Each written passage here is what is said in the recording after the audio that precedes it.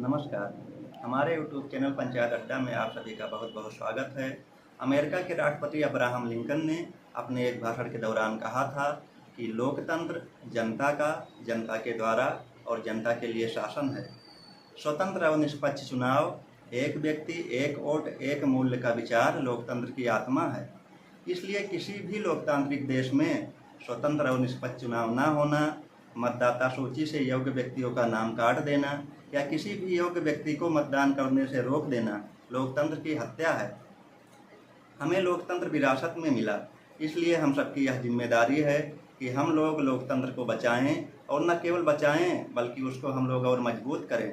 हम लोग चाहे किसी भी विचारधारा को माने, चाहे किसी भी पार्टी को वोट दें, चाहे किसी भी पार्टी की सरकार बने, लेकिन एक मुद्दे पर हम लोगों को सहमत होना होगा कि कुछ भी हो जाए पर चुनाव स्वतंत्र और निष्पक्ष ही होने चाहिए।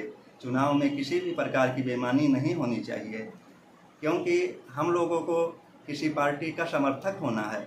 हम लोग किसी पार्टी का समर्थक बने, हम लोगों को किसी पार्टी का भक्त नहीं बनना है। डॉक्टर बाबा साहब अम्बेडकर ने कहा था कि धर्म में भक्ति आत्मा के मुक्ति का मार्ग हो सकता है, लेकिन राजनीति में भक्ति तानाशाही की ओर ले जाता है। भारत में स्वतंत्र और निष्पक्ष चुनाव करवाने के लिए संविधान के अनुच्छेद 324 में एक स्वतंत्र और निष्पक्ष चुनाव आयोग की स्थापना की गई है, लेकिन पिछले कुछ समय में ईवीएम, मतदाता सूची, एसआईआर और चुनाव आयोग के निष्पक्षता पर सवाल उठे हैं। अगर हम लोग ईवीएम की बात करें तो जो लोग ईवीएम के विरोध में तर्क देते हैं उन सबका ये मानना है कि कोई भी इलेक्ट्रॉनिक मशीन 100% सेफ नहीं होती। इंग्लैंड, जर्मनी, इटली, फ्रांस जैसे देश जो कि विकसित देश हैं, लेकिन वहाँ भी बैलेट पेपर से चुनाव करवाए जाते हैं।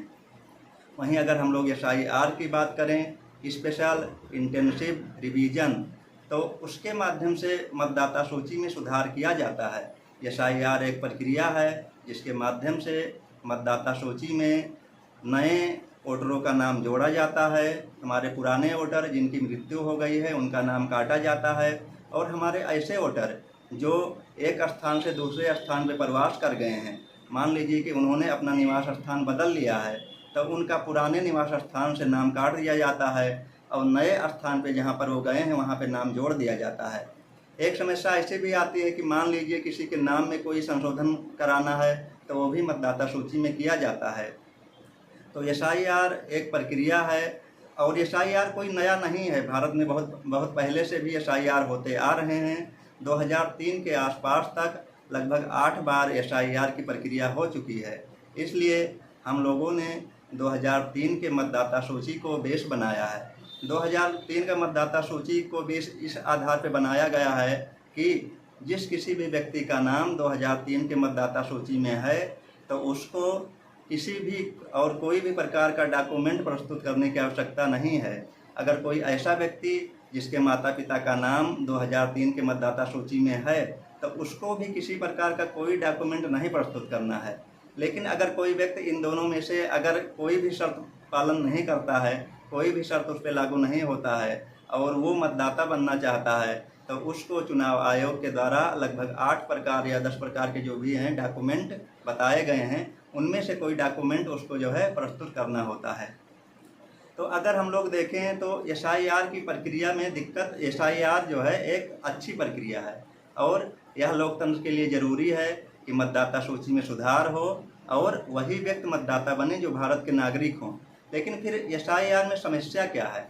तो समस्या एसआईआर की प्रक्रिया को लेकर है। तो इस पर हम लोग बात करने से पहले थोड़ा हम लोग मुख्य निर्वाचन आयुक्त की नियुक्ति की प्रक्रिया कैसे होती है उसको भी लेकर विवाद है, इस पर थोड़ा बात कर लें, फिर हम लोग जो है पीछे लौटते हैं।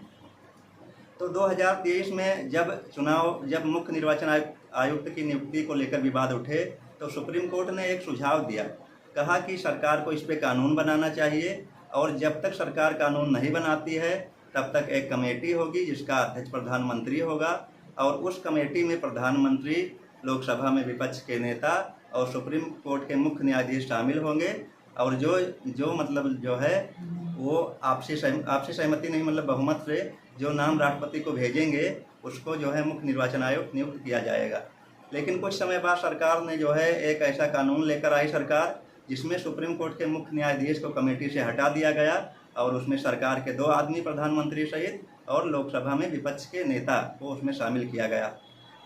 तो कहीं ना कहीं देखा जाए तो उसमें जो है सरकार का बहुमत हो गया और इससे ये हो गया कि अगर सरकार जो है जिसको भी चाहे अपने पसंद के किसी भी व्यक्ति को मुख्य निर्वाचन आयुक्त नियुक्त कर सकती है। तब इसमें समस्या ये है कि मान लीजिए कि सरकार अपने पसंद का व्यक्ति को मुख्य निर्वाचन आयुक्त बना देती है, तो ये बिल्कुल संभव है कि मुख्य निर्वाचन आयुक्त हो सकता है कुछ ऐसे फैसले ले जिससे चुनाव में सत्तारूढ़ पार्टी को फ़ायदा पहुँचे। अब हम लोग लौटते हैं SIR पे। तो अभी जो है बंगाल में जो हाल ही में चुनाव हुआ, तो उसमें SIR की प्रक्रिया और मतदाता सूची को लेकर विपक्ष के द्वारा सरकार पर और चुनाव आयोग पर बहुत से आरोप लगाए गए।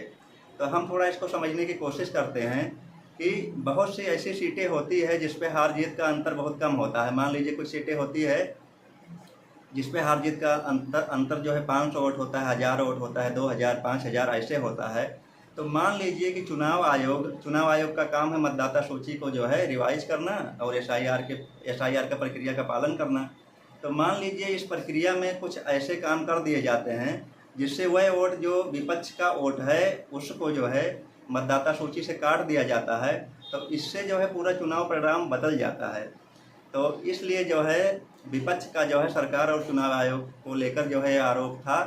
तो सरकार को चुनाव आयोग को ऐसा करना चाहिए कि जो लोकतंत्र में और चुनाव आयोग पर जनता के द्वारा और विपक्ष के द्वारा जो भी सवाल उठाए जा रहे हैं, तो सबसे पहले सरकार को जो मुख्य निर्वाचन आयोग की नियुक्ति की प्रक्रिया है उसमें सुधार करने की ज़रूरत है।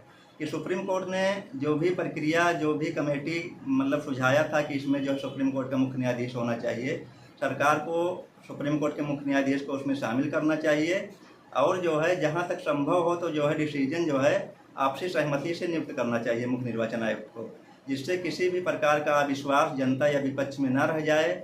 और साथ ही साथ जो मतगणना होती है तो इसमें विपक्ष का ये आरोप होता है कि जो मतगणना होती है उसमें जो विपक्ष के एजेंट होते हैं, अभी हाल ही में ममता बनर्जी ने भी आरोप लगाया कि उनके साथ मतदान केंद्र पर अच्छा व्यवहार नहीं हुआ।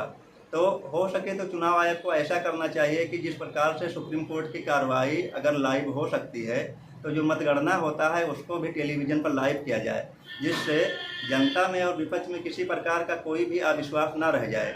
क्योंकि अगर हम दुनिया के सबसे बड़े लोकतंत्र हैं तो हमारे यहाँ ये भी दिखना चाहिए कि हमारे यहाँ चुनाव स्वतंत्र और निष्पक्ष होते हैं और जनता में या विपक्ष में किसी प्रकार का अविश्वास नहीं है। नमस्कार।